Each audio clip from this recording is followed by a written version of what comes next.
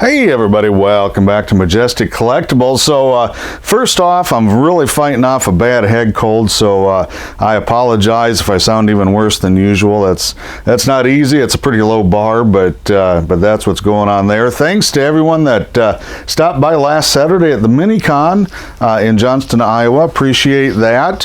Had a great time. Turnout was okay. Weather was okay. So I guess spring maybe finally almost might be here. My next show is in East Moline, Illinois. That's March 8 and 9. So check that out, the QC Toy Show. Never been there before. Should be a lot of fun. So $510, that's what I spent.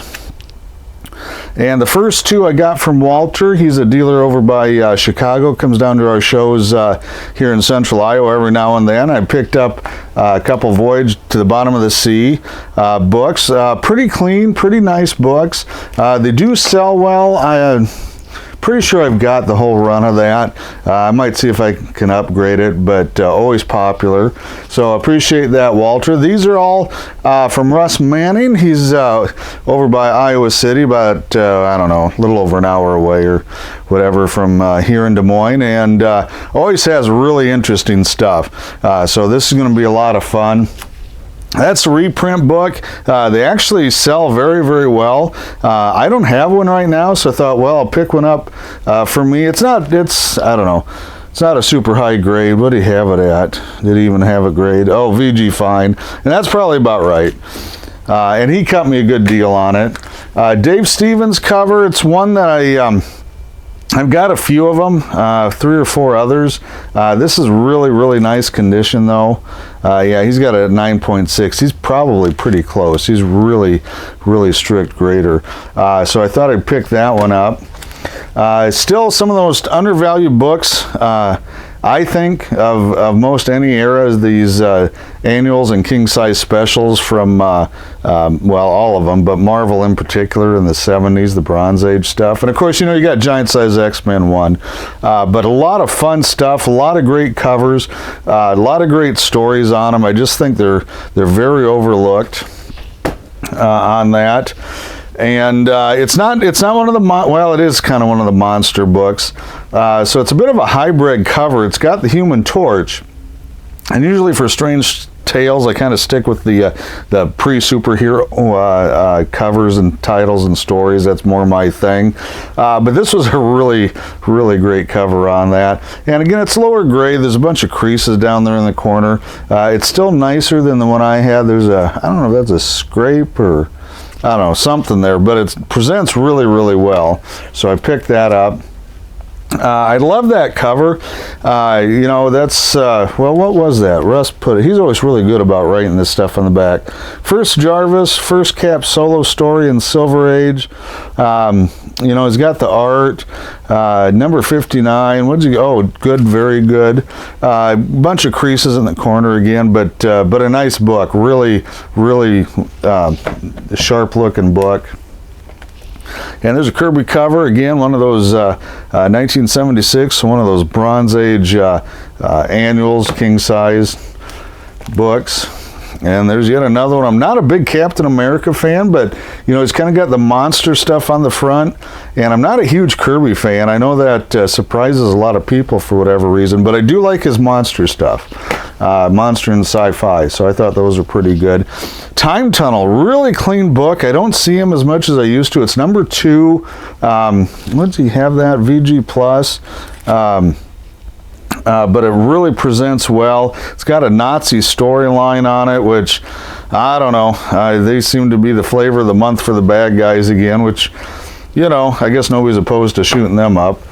Unknown Worlds, let's see, number 28, so it's a little lower number. I have this issue, but not in this good a shape. Mine's like got a big chunk out of the cover, and you know, it's still $10, which he gave me a discount, so I probably got like 7 or 8 into it is all.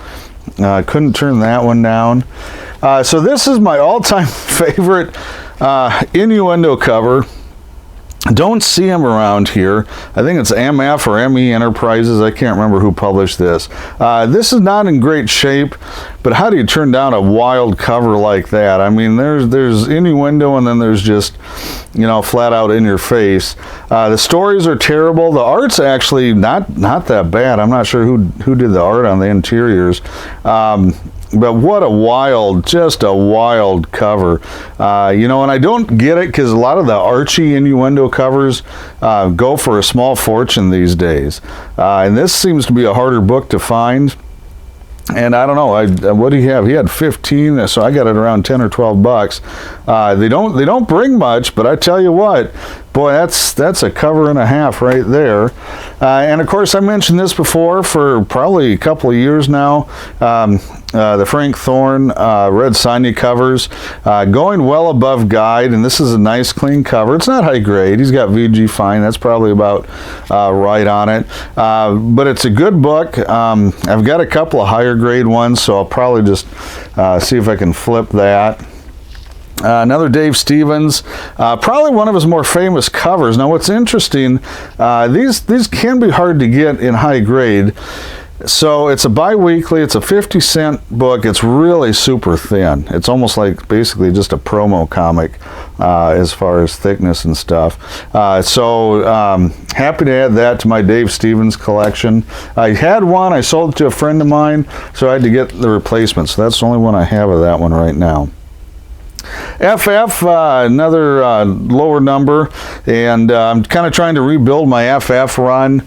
I know I won't get, well, you know, the 1 through 5, I doubt I'll ever own again with the prices on those. But the rest of these are actually pretty reasonable in mid-grade, so I picked that up. Same here. With Inhumans and Black Bolt, and what is that, VG? Oh, fine minus. Okay, so you know it's still I think a good value on both those books. Here's one of my favorite ones. I've got this, but I've got a huge chunk missing. And this isn't high grade. It's got a little water stain on the top edge. That's okay. That happens. Presents fantastically well. It's in Mylar. Sorry for the glare. It's really, it's in a 2mm Mylar.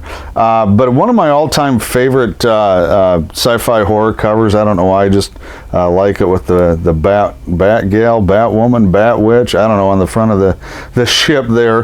But a really neat book. Just don't see them anymore. And what do you have? Yeah, good, very good. Yeah, and it's not a cheap book. I didn't pay $200, but he treated me well on it. Very fair, so I appreciate that. Thanks, Russ. And then let's see. Here's another one of my sci-fi horrors. Did not have this one. The Strange Tales of the Unusual, or just Unusual. I really don't see this title, and they're usually pretty rough when I see them. So that's one of the few titles from that pre-Marvel Atlas era. I don't even know if I have two others. I do see them time to time, but they're rough, so I don't pick them up. So this was probably one of my best copies of what I have. And Bernie Kriegston, so always like the art on that. But I was very, very happy. So the Nightmare and the Unusual are my two favorite pickups. This one's pretty close, though. I don't know if anybody recognizes that. So that's John Byrne did the cover on the Doomsday +1. They're not hard to find. They don't bring a lot, which is really interesting for, you know, when I mean bring a lot, $3. Right, I mean, he's got a VG minus, but still, that's a really, really good John Byrne cover on there. Very early cover on there. So I think those are another comic, another collectible that's really kind of gotten lost, and people aren't aware of it. So hopefully the John Byrne collectors will catch on to that. And last. So we talked in one of the 2 podcasts ago, I guess it was, about you know, non-superhero comics, and this is a really good one. This is Emergency 2, based on the TV show. They had a Saturday morning cartoon of it also. And I'll tell you what, this is very, very clean. I don't think, yeah, it was. Okay, so John Byrne was in this. I don't think he was in all of them, but he did some covers. Joe Stanton, he's been around a long time, but really, really nice book. Again, it's a book that has a lot of demand. That and Adam 12 would have been one from that era. In fact, they crossed over in a couple of episodes on the TV show from it. So that era stuff does really, really well, and this is a really good book. Probably flip that one because I think I've got all but the last one. Those last couple issues, again, are harder to find than the early ones. But really cool stuff, guys. So appreciate you watching. Got some more podcasts coming up, and hopefully I'll get a collection in, and we'll see some more new stuff too. Thanks for watching.